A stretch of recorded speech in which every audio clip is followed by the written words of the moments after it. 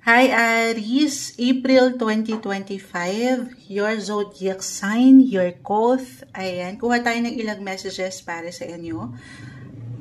Ayan start pa lang tayo, parang may nagiinit ang ulo, Charis. Patawarin sa ilang ingay, tayo ay live po sa ating FB. Babalikan ko kayo maya-maya. Aries, anong kailangan yung guidance advice pa na marahil ay kailangan marinig this month?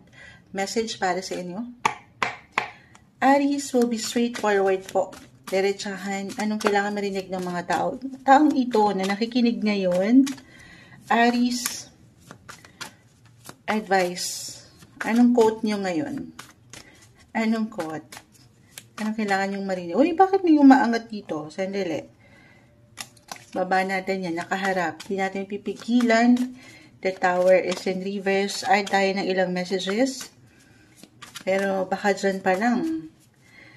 May ilang unexpected or hindi nyo inaasahan. Yes, it could be positive or negative. Could be a surprise or shocking event or hindi kailangan katukoy. I-clarify pa natin. Excited si Moonchild. Aries, ano pang kailangan nyo marinig? Ano itong si The Tower? Guidance, parang walang nagpapakita. Ano kailangan yung marinig ngayon? Uy! The Two of Cups. The Wheel of Fortune. Add pa tayo. Two of Cups is in reverse. The Wheel of Fortune ay narito. So, timing. Parang destiny ito. The Ace of Swords. Merong purpose. Ayan. Baka merong magtagpo, pagtagpuin ng inyong mga landas. Single, no matter what your relationship status, single, attached, married. Merong may pagsabay. Especially kung meron talaga kayong hinihintay. O yung matatawag yung totga. Parang ganun. Totga. The one that got away. But, uy! 2 and 2. 2 of Cups, the 2 of Wands, both are in reverse. Tingnan ko nga lang, ayan. Sa ating camera. The Tower, pagitna natin. The Ace of Swords, Aries. It's your birthday season. Sumasang-ayon. May pa-party ba kayo ngayon? Hindi. Parang timing ang ilang sitwasyon this month. Timing. May new beginnings. Okay, nakuha ko na. It could be a surprise. Claim natin ito. On the positive side, with the Tower. Eto tayo the Two of Wands, the Two of Cups, both are in reverse. Doon lang medyo nagkakatalo. Okay? May ilang imbalances or hindi pa nagiging decisive. Reversal yung energy natin. Pwede itong higit na mag-apply sa'yo or sa yung person, sa aking na-mention. Kung single ka, it could be, sabi ko nga, someone from the past or someone na matatawag mong partner in life, partner in business, partner in life, ganun. Maaaring merong magparamdam. Kahit over the net lang ito or kung sa inyong mga paraan, sa hindi nyo inaasahan ngayong buwan. Maaaring merong reconnection with people or relationships na nasa nakaraan. Ayan, may hugot. At may iwan ko, kung ito may mag-apply, halimbawa, about your ex-partner na talaga ito. Maiwan ko, especially right now, astrologically. Yes, timing to Moonchild. Ito na yun. Hindi ko na palalagpasin to. Minsan lang umayon ang mundo. Pero take it easy.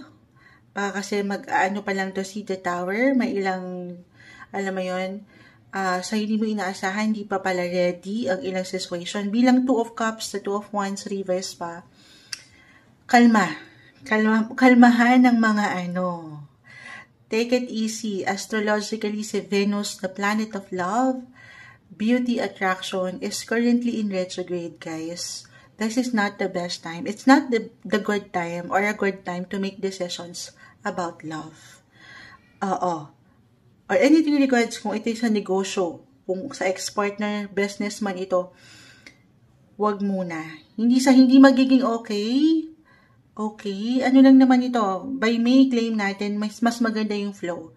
Okay, especially on the 3rd or 4th week of May onwards. Pero ngayon, sa ngayon lang naman, kung meron talagang magbalik din, get to know each other muna tayo.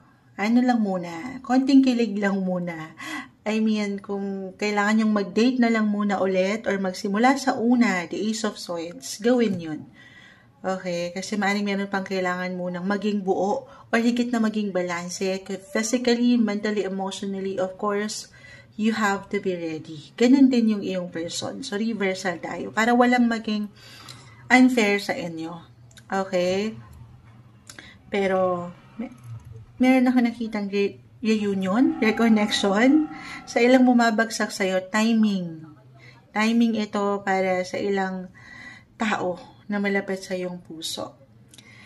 Na especially, kung si Wheel of Fortune at one point ay parang binaliktad ang inyong mga mundo or bumaliktad, nagkahiwalay kayo sa hindi tamang direksyon o relasyon. Ito na yun. Maaaring may pagtatagpo akong nakikita. Kahit sa simpleng pakiramdam, meron pang naglo-look forward sa inyong connection. Okay? Ito yung umaangat. May pagbabalik. Gusto nyo yun? Or pag-angat ng mga enerhiya, lalo pa for some of you na couples or nakarelasyon nyo na talaga ang taong ito. Parang may pag-angat ng bagong simula. Kahit sa simpleng isipan, the Ace of Swords, yung ilang plans for a new beginning. Yes po, walang tamis. Pagsabay sa ilang ganap na ito, na minsan hindi natin inaasahan, pero talagang pagtatagpuin kayo. Oo. Meron pa ba akong ma-add? Pero, maaaring andito yung alignment talaga eh. Aligned kayo, or i-align kayo ng universe this month. Kailangan bang i-claim natin yan? Depende sa inyong sitwasyon o nararamdaman. Pero ito yung messages na umaangat para sa inyo. Ngayong April 2025, ipapasok ko dyan yung pinaka-quote nyo ngayong buwan, Aries.